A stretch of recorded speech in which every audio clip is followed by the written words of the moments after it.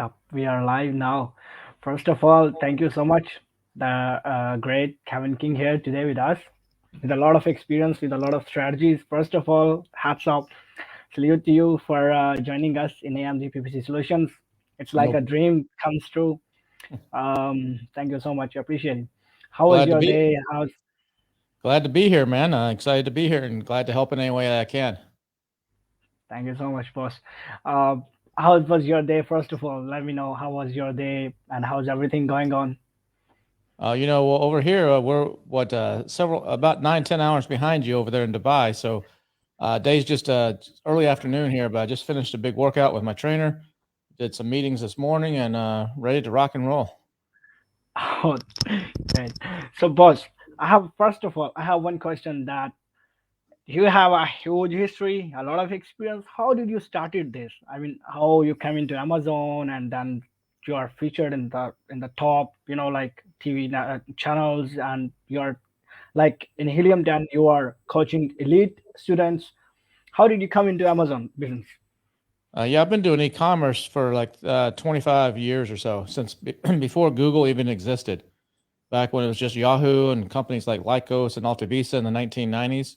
So I was selling things online then. Before that, I was selling things through the mail, so direct mail. So sending like flyers and catalogs to people's mailboxes.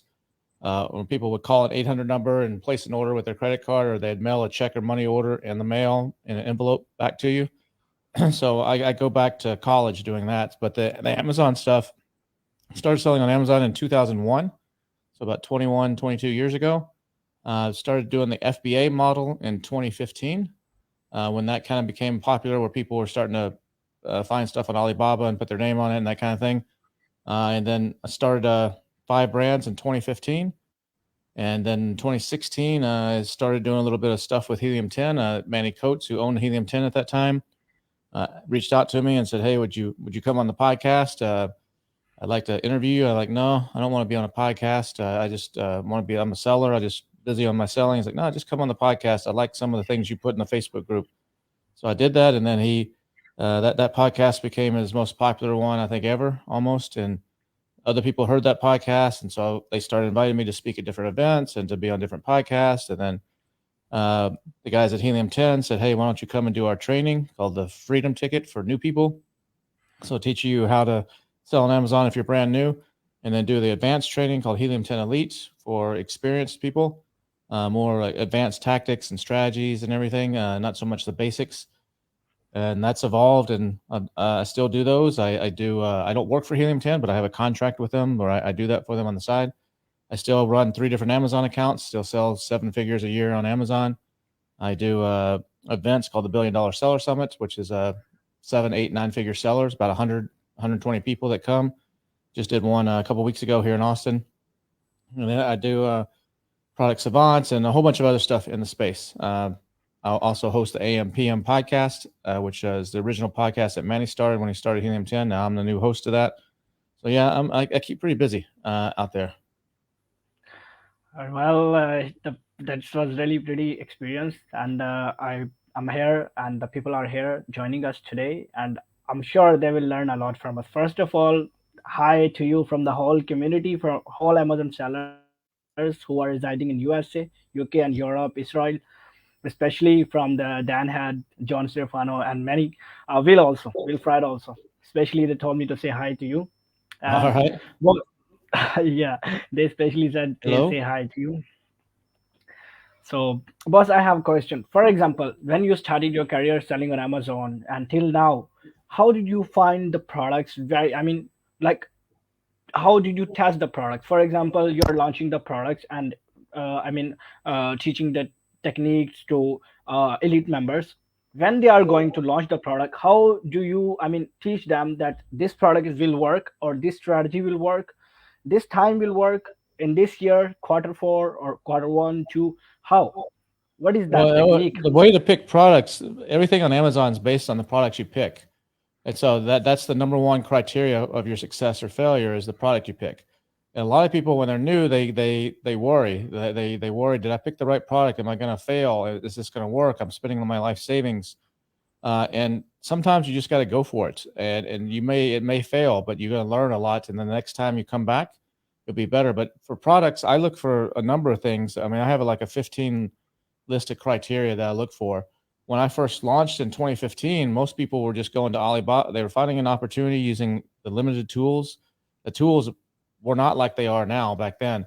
But you would find an opportunity, and then you would just go to Alibaba, find a factory to make it, put your logo on it, maybe add a PDF or change it a little bit, and you'd sell it. You can't really do that anymore. I mean, some people still try to do that, and occasionally it works, but it's like playing the lottery. You have a 1 in a million chance of that actually working. But now you've got to really differentiate the product, and you've got to really find opportunities where you can actually totally differentiate the product. And sometimes that may mean creating a brand new product from scratch. And I've done that many times in the past, where I've created a whole new product from the ground up. Uh, Other times it may be finding a product that exists and then making some changes to it, making some changes to the mold, or making some change, not just a color change or a size change, but some fundamental changes. Like we have one of my products, we sell dog life jackets. And what we did with the product is to differentiate, there's a lot of people selling dog life jackets on Amazon, and it's a difficult market. But how can we differentiate? We said, look, there's a subgroup of all the people buying dog life jackets. There's a small group of those people that are really into sustainability, and they really care about the environment. And so we said, why don't we actually make a dog life jacket that's made out of recycled bottles from the ocean? So from the ocean, you can take the plastic bottles that fall off of ships or that wash into the rivers, and there's factories that will take that, they will melt that down, and they make fibers out of it and the fabrics and everything. And let's say that our product is 80% made out of that.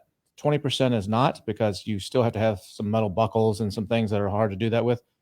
And that's a differentiating factor. So, and then we went and read all the other dog life jackets, where people complaining about, what do they like? And we incorporated that into a brand new design and came out with it. And so that's a differentiating factor. Is that going to be the number one seller in the category? Probably not, because it costs more money to buy it. And some people don't care about that. They just care about the price. But there's enough people that care about that. It's niching down, that we can satisfy that audience, or that that community that actually cares about that. And that community is big enough on Amazon, because now Amazon is so huge that you can subdivide it down.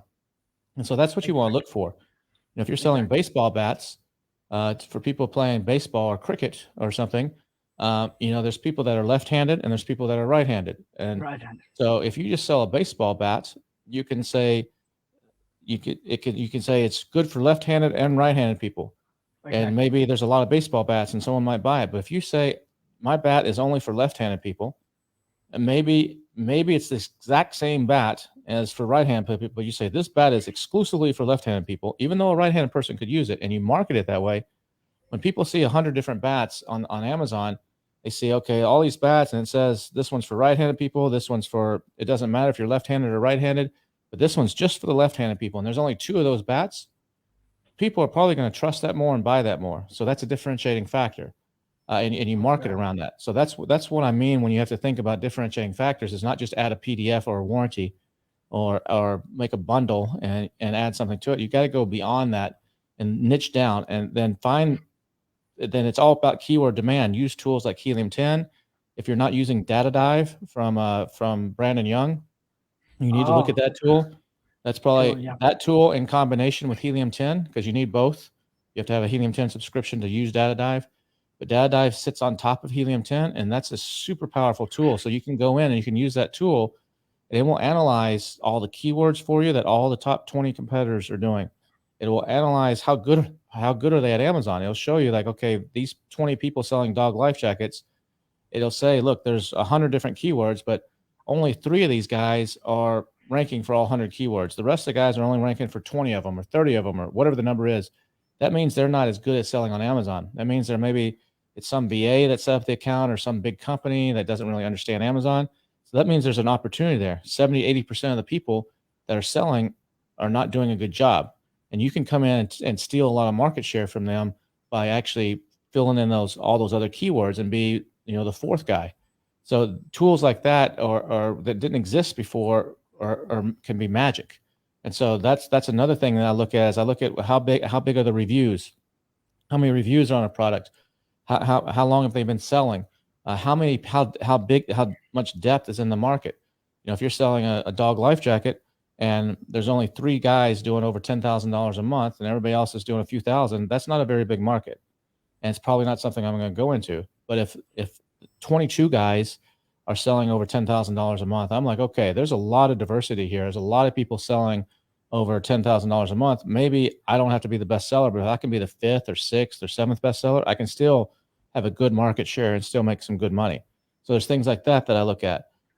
How long is it going to take me to get the reviews? Is the top guy have 100,000 reviews?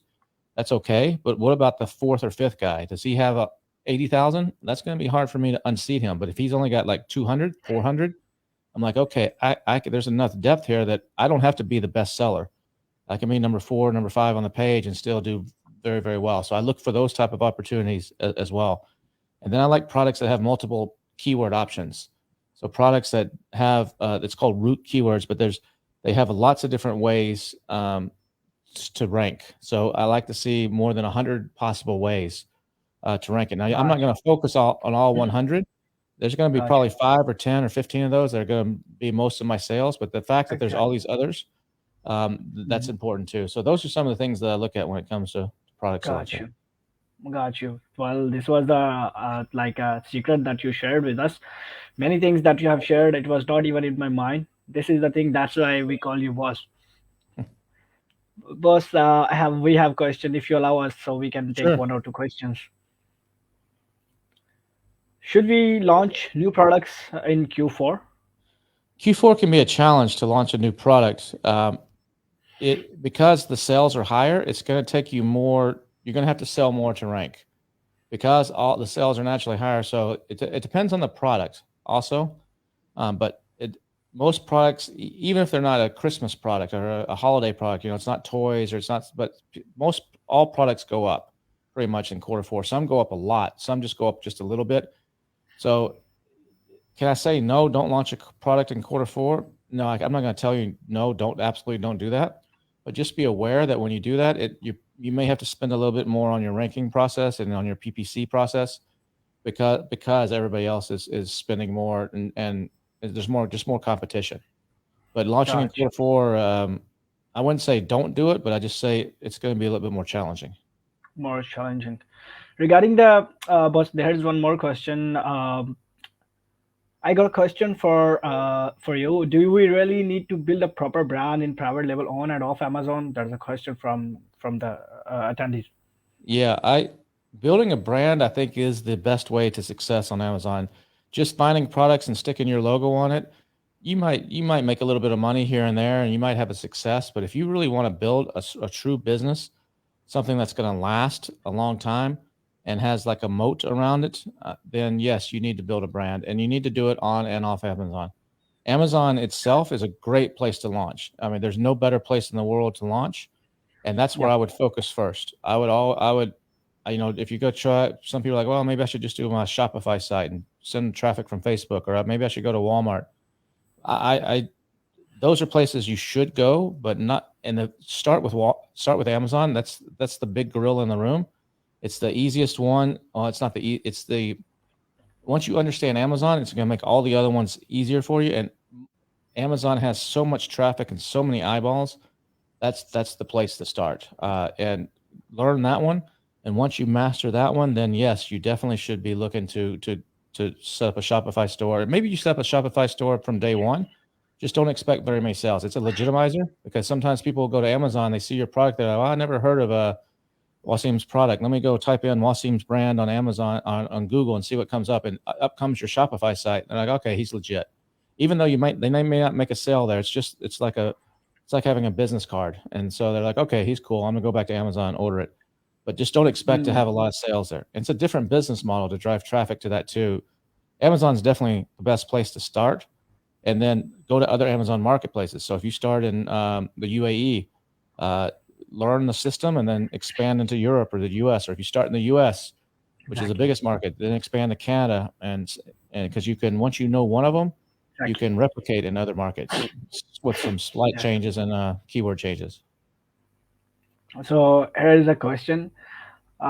King, do you consider R&D, which incur huge cost, as a first thing to do before launching the product? Because in Freedom Ticket, you mentioned that you spent 30K for pet bowl, or just launched the product with minor design changes. So I think you're confused. The pet bowl was only about $3,000 for the molds, uh, but I did spend over $30,000 for an Apple Watch charging stand. So in 2015, I developed an Apple Watch charging dock that would charge your iPhone, your iPad, and had a little light on it, had a little Bluetooth speaker. And it was my own custom design that I thought of in the top of my head. And I hired a designer to do it. We had to make the molds. That cost over $30,000. The pet bowl was only about $3,000 instead of $30,000. And that pet bowl, still, my dogs still use it today. It's a really nice bowl. But no, you don't have to do that. To start with, you do need to do some R&D. So you can either find a product that already exists and customize it a little bit to yourself. And I would still bring some of those in. You need to get some feedback from it. I mean, I've done this before where R&D can be as simple as like I was launching a makeup mirror for women, a little portable mirror that they could put in their purse and hold in their hand, and it had some light. It's like a circle and had some lights on it, so they could check their makeup before they went out at night or before they went to the office or whatever, and put it back in the purse. Well, I contacted like 7 different companies, and I'm a dude. I don't know nothing about putting on makeup or whatever, so I took those 7 makeup mirrors and I went to a bar here in Austin, and I sat at the bar with my buddy drinking some beers, and said, "Hey, for 6 hours, any woman that came in and said, 'Hey, would you mind coming over here and give me your feedback on these?'" So some random people that would come up and like, "Oh, I like this one the best." I'm like, "Well, how come?" "Oh, because the light's bright," or "I like this one the best Mm, because it folds easy," or whatever. So I got some feedback on them. So you can do R&D like that too. And these were gotcha. strangers. It wasn't my wife or my sister or somebody that's close to me. Those that can be okay, but you want to get people that have no clue about what you're doing because they'll be more objective. Gotcha. Boss, one thing I would say, like, you have to share the secret, because in these days now we are facing the like problems while we are sourcing from the China, and I see that you are also saying Mexico is also good. There is one question as well.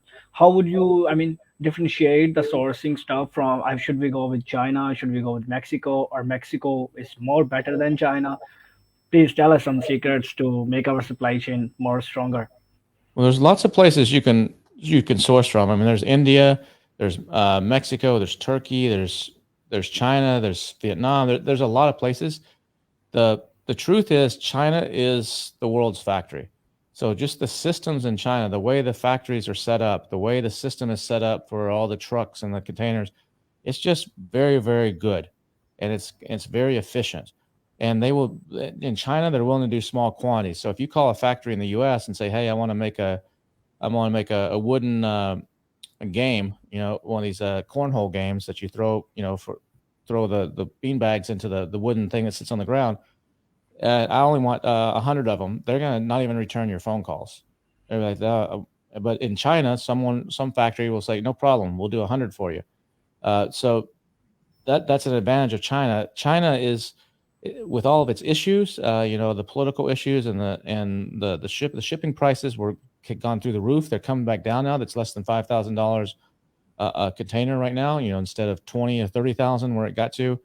Um, China is still the world's factory, and a lot of raw materials come from China. So even if you Come go to from Mexico can do certain things well. They can do like fabrics, like clothing or hammocks or things like that. Some electronics, like they can do some hard drives and some things like that. But they're not good at everything. And still, the problem is with Mexico is, yes, it's closer, and the labor might be a little bit cheaper, or in some cases a little bit more. Just depends on what you're doing. But then you save because the shipping is not so long and the shipping costs are less. But the problem is most of the raw materials still don't come from Mexico, so they still have to get them from China. They China. can put them together there, so you still have China kind of involved in a lot of cases. So that's a disadvantage. But looking at other options besides just China, I think is smart. And another reason is the tariffs. Right now there's a 25%, they call it the Trump tariff, that was imposed on China. Most products coming into the U.S. from China, there are some exceptions, but most products have between a 15 and 25% extra tariff. So there's a normal tariff that might be 0 to, you know, in most cases 10, 15%. I mean, sometimes they go really Right. high. But on top of that, you have another 25% one. So you won't have that coming from Mexico. But to set up the factories and the babysitting you have to do and everything for Mexico is still not easy. I mean, Mexico, I think, has good potential, and that they could be a few years from now. It's a great place. But just understand if you go there now, it's going to be a little bit more work for you and a little bit more babysitting and hand holding. And Gotcha. it may be worth it. But China is still the world's factory. True. Um, I love your teaching, and I love to see him in Pakistan. Definitely, we want to see you in Pakistan and Dubai as well, because I'm sitting here in Dubai. I want you to come so we can arrange an event also. Yeah, I'll be in Dubai in December. I'm passing through, going to the World Cup in Qatar. So pass to the semifinals and the finals in Qatar, and coming to Dubai for a few days after that. But on vacation, I'm not coming on work. But Okay. yeah, I would love to go to Pakistan too. I know Bradley Sutton from Helium 10's been over there. I know some Yeah. really good people, really hard workers, Yeah. and some a great community over in Yes, sir. Pakistan. So Thank one, you. Thank you for appreciating us. Thank you. I have one question that I want to know from this your whole experience in the quarter four for the bigger sellers or agencies, six, seven, eight, nine-figure sellers and agencies. What are the tips, secrets that they can sell more in Q4? They have to keep in mind their supply chain, inventory, PPC, everything they have to keep in mind, the budget, everything. Like how they can keep these things in their mind and they can grow with that strategy. What was your most experienced thing that makes your students elite members successful in quarter four or in general. in quarter four, in this Q4? Well, in quarter four, it's tricky. You gotta have the inventory. So you got to make sure you're on top of your supply chain first and foremost to make sure that inventory is sitting here in October. And one of the things a lot of people forget is that if you're going to do any promotions for quarter four, don't wait until November and December. That's when a lot of people start doing special promotions and ramping. Start in October and early October. Quarter four, this holiday season is getting. I mean, Walmart here in the U.S. right now has already started doing like Christmas holiday stuff, and this is the end of this is September 1st. They started doing it like a month ago. It's getting earlier and earlier and earlier, and the shopping period is getting stretched out. And so you want to ride that wave. So if you're waiting until November to do a lot of your big promotions, you're going to be coming in at in the middle or the end of everybody else. But if you start now, you can ride the wave. For example, I have a calendar business. It's one of my businesses. We sell wall calendars.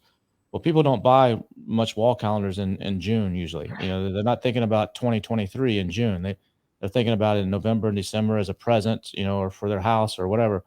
But we start selling these now. And right now there's like Oh, two or three a day being sold. But come December, we're going to sell 500 a day or more of each tile. But right now it's two or three. But I can, by positioning my keywords now and getting those early people, I'm getting ranked on keywords right now when it's easy to get ranked on them because there's only two or three searches a day. I'm right there. I'm optimized and people are buying. Then next week, maybe there's going to be 4 buys. I just ride that wave. And then the following week, maybe there's 5 people buying. And as that just keeps going up to that 500, I just keep staying on top and just rising. It's kind of like if you're filling a glass with water and something is floating on top, it's just going to keep rising as you fill the glass with water all the way up. It's kind of the same thing. And so that's something you got to keep in mind is start earlier.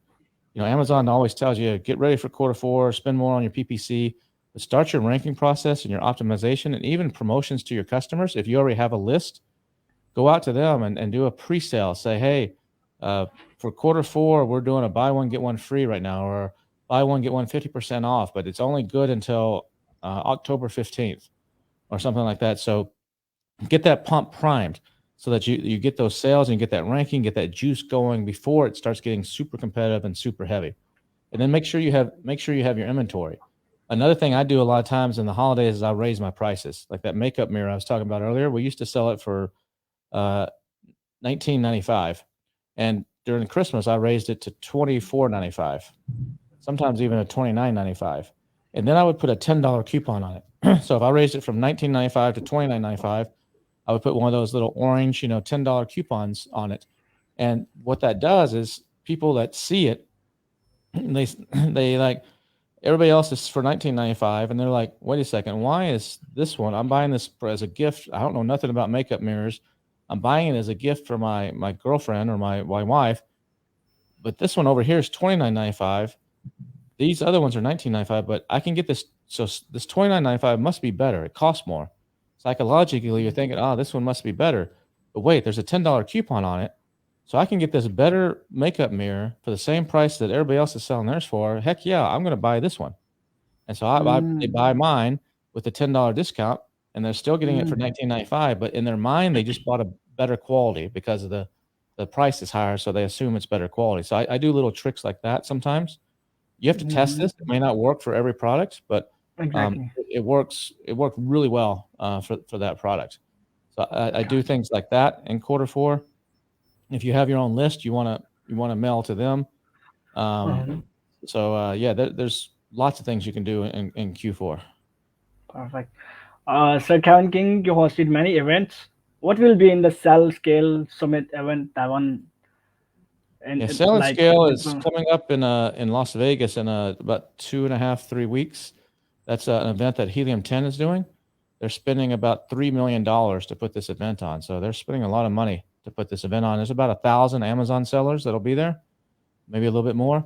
There's, I don't know, I think about 40 or 50 speakers. So there's lots of different sessions on everything from PPC to picking products. I'll be speaking. I'll be speaking on how to build some audiences and communities using NFTs to tie that to your Amazon sales and have a major advantage selling on Amazon. I'll be talking about that, kind of some cutting edge stuff. Um, Gary Vee is going to be there and talking. He's a headline Oh, speaker.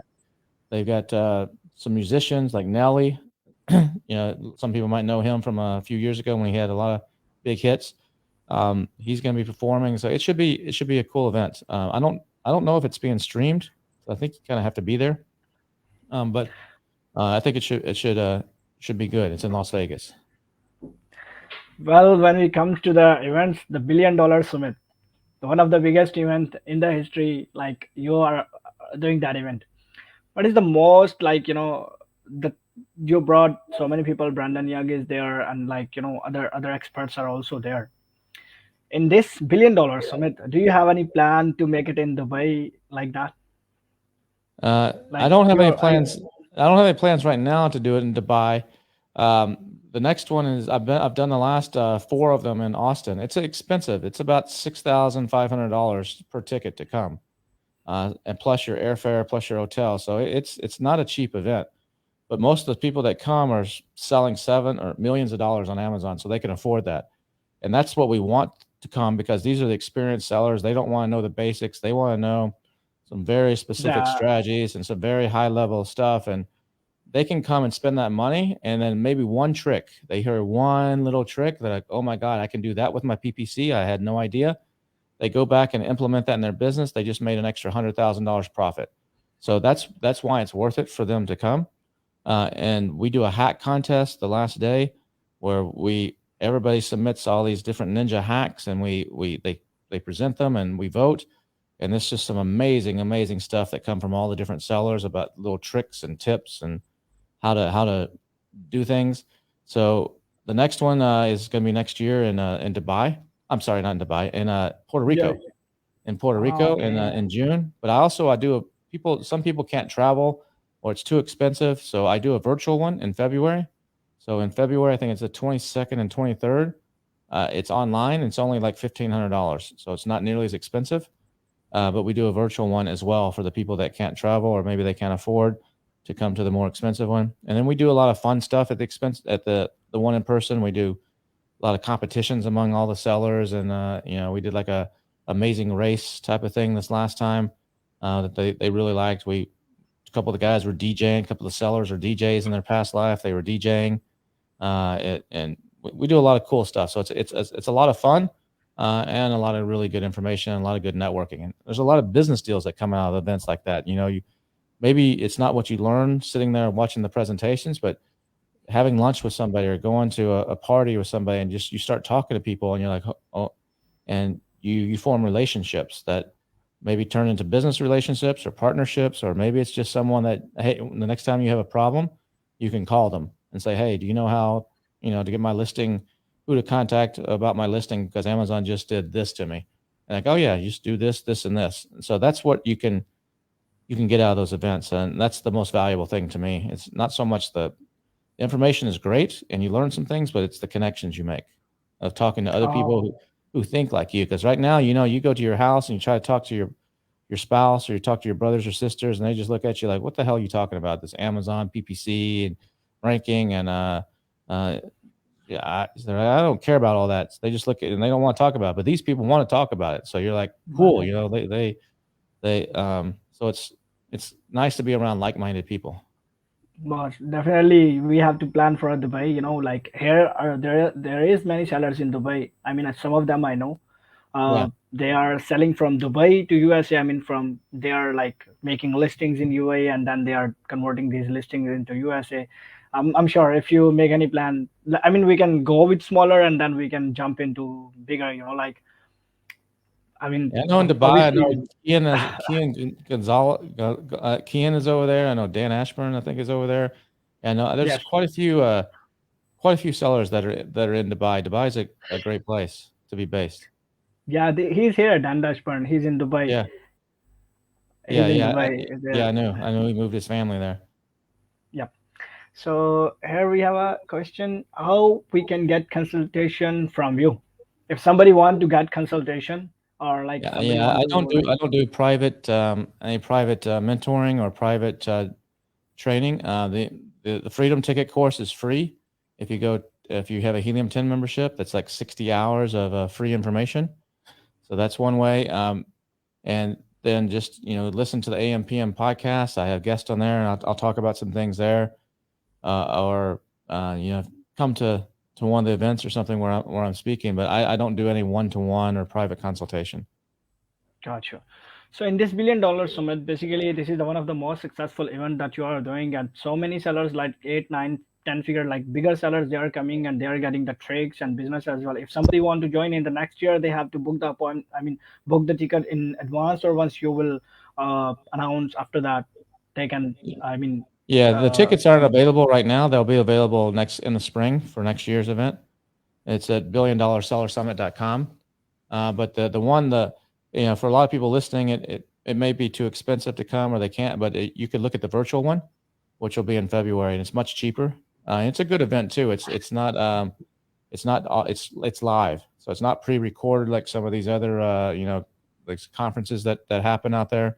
It's all live. There's a breakout room, a chat room. We try to mimic. It's a pretty cool software that we use that's nobody else uses in this space, and it it people like it. It's good information, and it's only 2 days, but that'll be in February. So that might be something people want to look at. But the announcement for that will be in January, when you can start to buy tickets for that. oh, perfect. I will upload the same video on YouTube as well. So if somebody want to contact, they can simply go to billionsellersummit.com and buy their tickets. billiondollarsellersummit.com. Yeah. Okay. So here that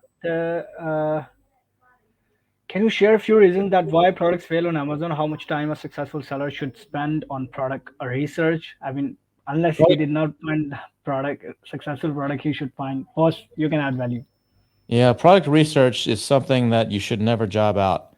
Sometimes I see people, anybody got a good VA, I can do my product research. I would never do that. Product research should either be something you do yourself, or you have one of your partners who's pretty high up in the company, or a very experienced person does, but that's critical.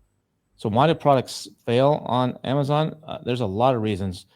The number one is quality. People just don't do QC checks. They try to cut costs over in China, let's say, and I don't want to spend $200 to have my product inspected. It's going to be fine. I saw the sample, and then the product comes in and it just starts falling apart, and you get negative, bad reviews. That'll kill a product faster than anything. Another reason that they fail is people don't do their math right. Sometimes sellers are successful. They buy 500 of something, and they're like, "Holy cow, these are selling like 30 a day, and I'm doing well. I didn't expect to do this well." And then they run out of stock, and then they have to wait to get paid from Amazon because they don't have the money to call the factory to pay them the money, and they run out of stock for a month or 2 months or 3 months on Amazon, and you're basically starting over when you get back into stock. So that's another big issue that causes a lot of products to fail. Another one is competition.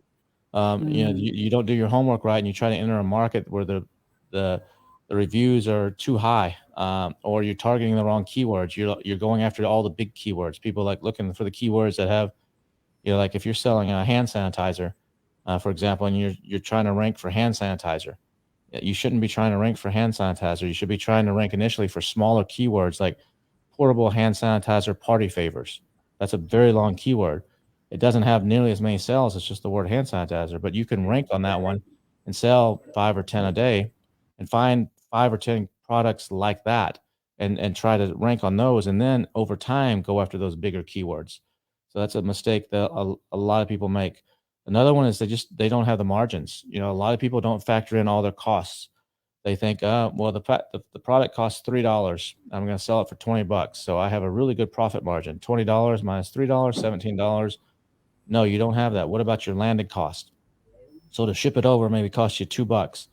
Maybe the taxes and the warehouse fees and the Amazon exactly. labeling, it's another dollar or two. So and then you have storage fees from Amazon. Then you have ACOS fees. You're going to have to spend a lot of money on your advertising, which might be another Exactly. couple dollars. And then you have the Amazon fulfillment fees, and they keep going up. So at the end of the day, maybe it's $16 or $17 of your $20 is getting taken, and all that's left is $3 or $4. And then Exactly. somebody comes in and sells the product for cheaper. Some other seller comes and puts their product for $15.99, and yours just quits selling, and you don't have any ability, because if you lower yours to $15.99, now you're negative on everything. So that's why people don't have enough margin. You need at least you need at least 3.5 to 4x margin on a product, ideally 5 or more. So that means if you're going to sell something for 20, the landing cost needs to be $4 or less. Mm, Otherwise, you don't have enough room. It's going to be difficult to have enough room to actually weather any kind of pricing changes that Amazon will make or competition may make. So that's another big problem that causes a lot of products to fail. And another one is people just they don't they don't come with enough money. They have $5,000 in their life savings, and they like to spend all the $5,000 buying their first product. That's a mistake. yeah, You that's a you want mistake. to divide that by whatever the amount of money is you have to invest, divide it by 2.5. So if it's $5,000 is how much money you have to invest, divide that by 2.5. That's about $2,000. So your first inventory should cost you landed $2,000. So that means Mm, you're like, well, you're doing your product research. You need to find a product where you can compete successfully by spending only $2,000 to buy that inventory. So if you find a product that costs $3 in China, but you need to order 1,000 of them to make sure you don't run out of stock, that's $3,000 plus your shipping. That product, even though it might look good to sell it, you don't have the budget to sell it. You need to go find something else.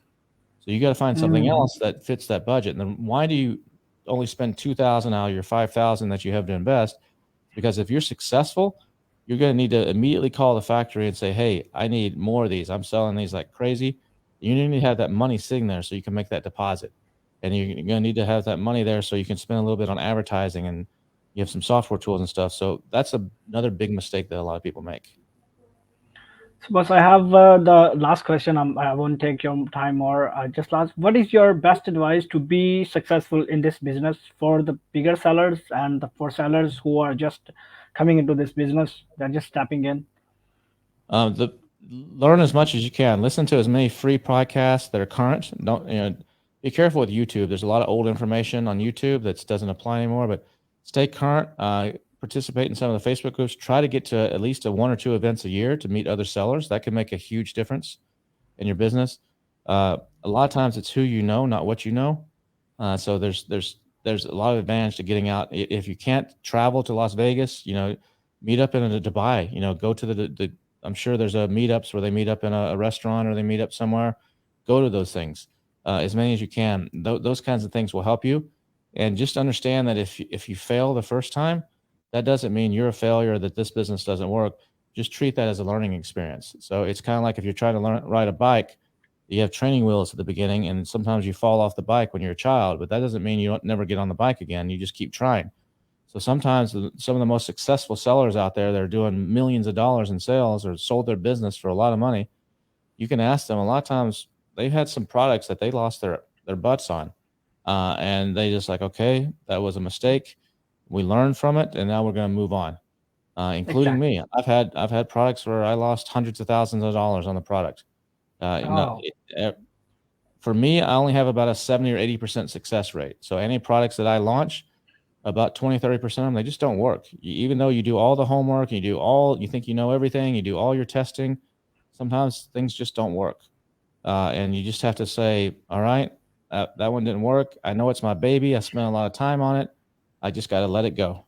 And that's where a lot of people, they can't let the product go. They're like, this is my baby, but I know it's better. I spent so much time making it better. I worked my ass off. This is not fair. You just got to let it go and move on to the next one. perfect. Thank you so much for today joining us in the AMC PPC Solutions. And we really took your time. And again, thank you so much. Appreciate it. Thank you guys for joining us. So now I'm ending this broadcast. Thank you, Take care, sir. everybody. Thank you. Bye bye.